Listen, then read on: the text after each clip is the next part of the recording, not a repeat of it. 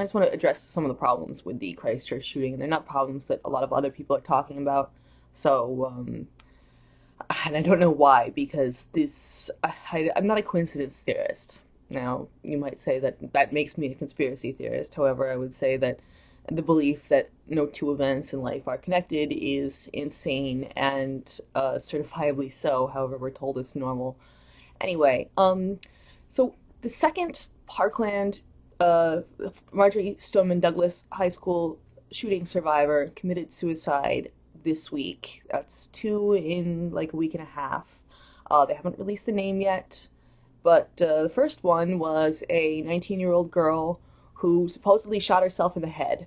And this was a week after the Christchurch massacre. And as you probably don't know, because not a lot of people are talking about this either, although I would think it would be like on everybody's lips, a bunch of Parkland survivors, I think 28 of them, traveled to Christchurch, New Zealand, this past summer to meet with the survivors of the 2011 earthquake.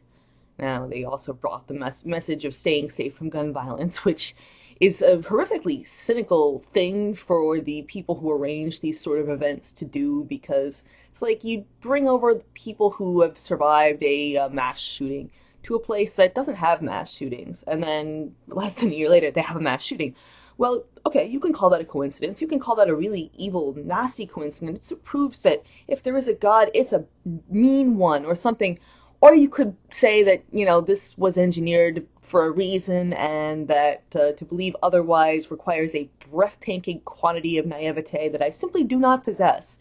And I don't think a lot of other people do either. I think that a lot of people delude themselves into thinking, oh, well, that's so cruel. Fate is so cruel. Well, no, this isn't fate. Don't put this on fate. So we're supposed to think that a 19-year-old mass shooting survivor shot herself in the head a week after a mass shooting from a town that she had visited. I don't think that. No. For one thing, young girls who commit suicide don't shoot themselves in the head. They don't shoot themselves at all. The shooting yourself is more of a male thing.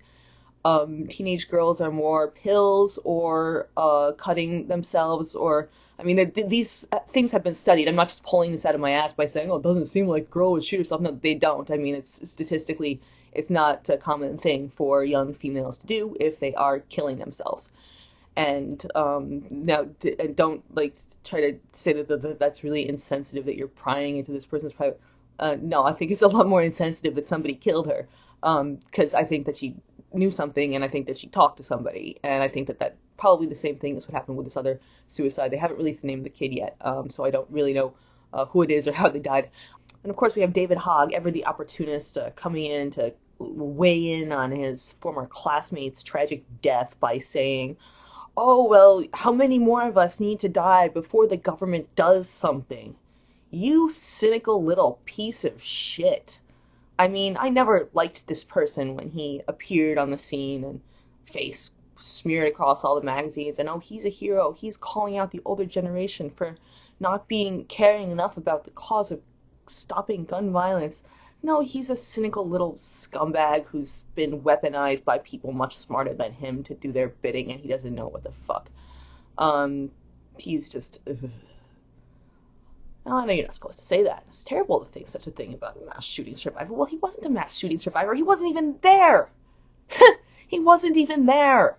So this whole, like, we can't beat up on David Hogg thing, I know I'm a little late to that party, but whatever. I just really dislike this person. Anyway, he's politicized the death of the one girl by saying, oh, how many more need to die before our government does something? As if our government is, by not doing something in the way of constantly terrified looking Jacinda Ardern, is responsible for the death of this girl. Well, our government might be responsible for the death of this girl, but it's not for the reasons David Hogg says that it is. Yeah, Jacinda Ardern constantly looking terrified, looking up at the camera like, I know I'm doing what I'm supposed to be doing, please don't kill me, please don't kill me. And it's really scary because, yeah, obviously there are a lot of anomalies with that video, however, and I think that the reason they're keeping the guy's face out of the courtroom, out of the photos from the courtroom, is because any survivors of the actual shooting are going to be like, this isn't the guy. So, that's just my theory, but, could be wrong, But yeah, there's a lot of anomalies. I mean, the lack of blood and the disappearing shell casings and the the disappearing blood stain on the driveway, which I haven't seen a lot of people talk about either. There's just way too much weird stuff going on there. And so I don't think that video has anything to do with the actual shootings that happened. I do think that there was a shooting at least one mosque, and I think that a lot of people died, which is a tragedy by any measure. However, I don't think that this video has anything to do with it, and I think that this was tacked on as a means of either desensitizing people to this stuff with the whole shift from third person to first person. I mean, the thing looked like a video game. I'm not going to say go out and see it, because I think even advising people to go out and see it at this point will get you a knock at your door by, like, the thought police, literally. And I don't have time for that shit. So, but if you were to see it, you might notice that it looks like a video game. And I mean, if you have played any sort of first-person shooter video game in your life, which I think most people my age probably have, yeah, so that is the first thing I noticed when looking at it. And then, of course, the other anomalies, eventually after repeated viewings, which were conducted by somebody other than myself, because I think even admitting that you've watched it now will get you 5 years in prison. No, that's in New Zealand, where possessing the manifesto is now a crime. You have to delete a copy. If you have a copy, you have to delete it now, because otherwise the cops will come and get you. I mean, you can't make this shit up. This is just so weird. You would literally wake up and think that you had been transported into another Orwellian dimension in which, like, things that were true yesterday are not true today, and nobody will talk about those things because they're afraid. And they're all just as afraid as the Prime Minister of New Zealand. So this is really scary, because it means that these people just don't give a fuck anymore. They're not even trying to make this stuff believable or plausible. I mean, okay, so you have the survivor of a mass shooting who goes to visit the survivors of a tragedy. And in 2011 New Zealand Christchurch earthquake is a tragedy, but it's a tragedy that's 7 or 8 years old. And of all of the zillions of tragedies that happen every day, why did the Parkland survivors go there? And why did they bring the message of, like, gun violence, and then whoops, New Zealand has gun violence? What? That doesn't happen. It doesn't work that way. I'm sorry. And then, yeah, then she comes home and shoots herself. Give me a fucking break. Come on, you cynical bastards. I mean, anyway, because the whole stupid narrative about the New Zealanders rushing to turn in their guns before terrified-looking Jacinda Ardern could even shove the new law down the throats of the parliament, because nobody was really fooled by that, and there were like 4 verified cases of people turning in their guns. They have to push the narrative even harder, which means expect more mass shootings in the United States. This was obviously a dry run for some really horrific, like, chimera of mass shooting psyop and censorship psyop, with the whole, like, video that if you share the video, you get 14 years in prison, or if you have the manifesto now, it falls under the Official Secrets Act, and now you can be called a terrorist or some shit. Yeah, like I said, this really is like you just go to bed in a normal, if still kind of scary and Orwellian world, and you wake up in, like, super turbo Orwellian world, and, like, what the hell is going on here? I mean, at some point, someone has to call bullshit, and I am, if nothing else, I am skilled at calling bullshit. However, I am also seemingly alone in calling bullshit on this thing with the kids. So please share this video and, like, comment and stuff, because this is fucking nonsense. And if you know anything about the other kid too, please share with me, because there's not a lot that's being revealed about this particular one, and I would like to know why that is, especially if it's another kid who supposedly shot themselves in the head after surviving a mass shooting. Sorry. Nope, not happening. Those kids, I mean, they're saying that the one girl, Aiello is her name, Sydney Aiello, I think, they're saying that she had post-traumatic stress disorder so bad that she couldn't stand to be in a classroom, and she was struggling with her college career because she couldn't deal with being in a classroom, because it reminded her of that day when the shooting happened. Now, if she's traumatized by being in a classroom, you think she's gonna pick up a gun? Dude, no. Yes, so that's really, like, just really cynical scumbags doing this shit. Because they're just, they just count on you not being willing to call bullshit, because they know that, everybody who talks about a mass shooting in a way that does not line up with the official narrative ever since SandyHook has been just like uniformly deplatformed because, these things could be chock full of anomalies and people that point them out are just, they're callous, insensitive scumbags. That's what they are. And they're doing it for the likes or they're doing it for the ratings. Dude, I have like 200 subscribers on my channel. Nobody's watching this shit.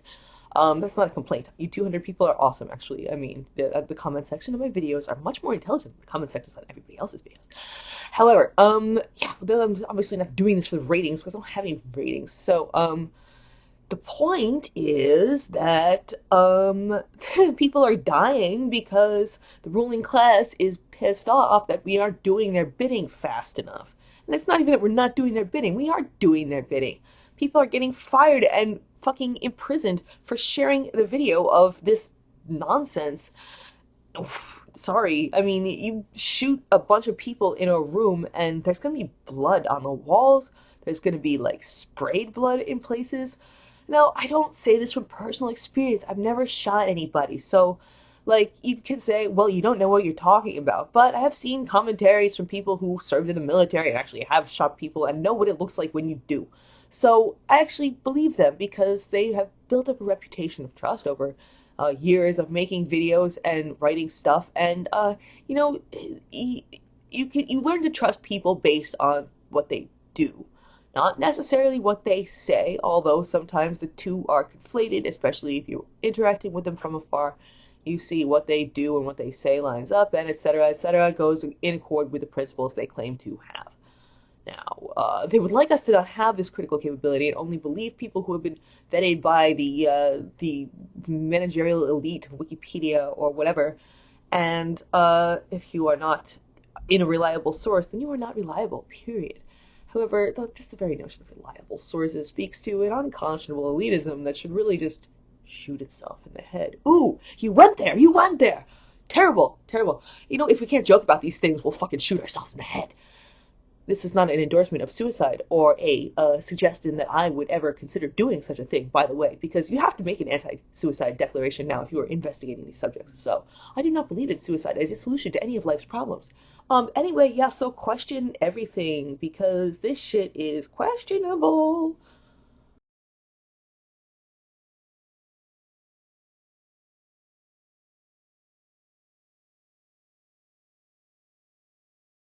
And just to slap a big old disclaimer on here, we all have our own different ways of dealing with like the unspeakable horrors committed by the people who basically run our world, and mine happens to be cracking jokes.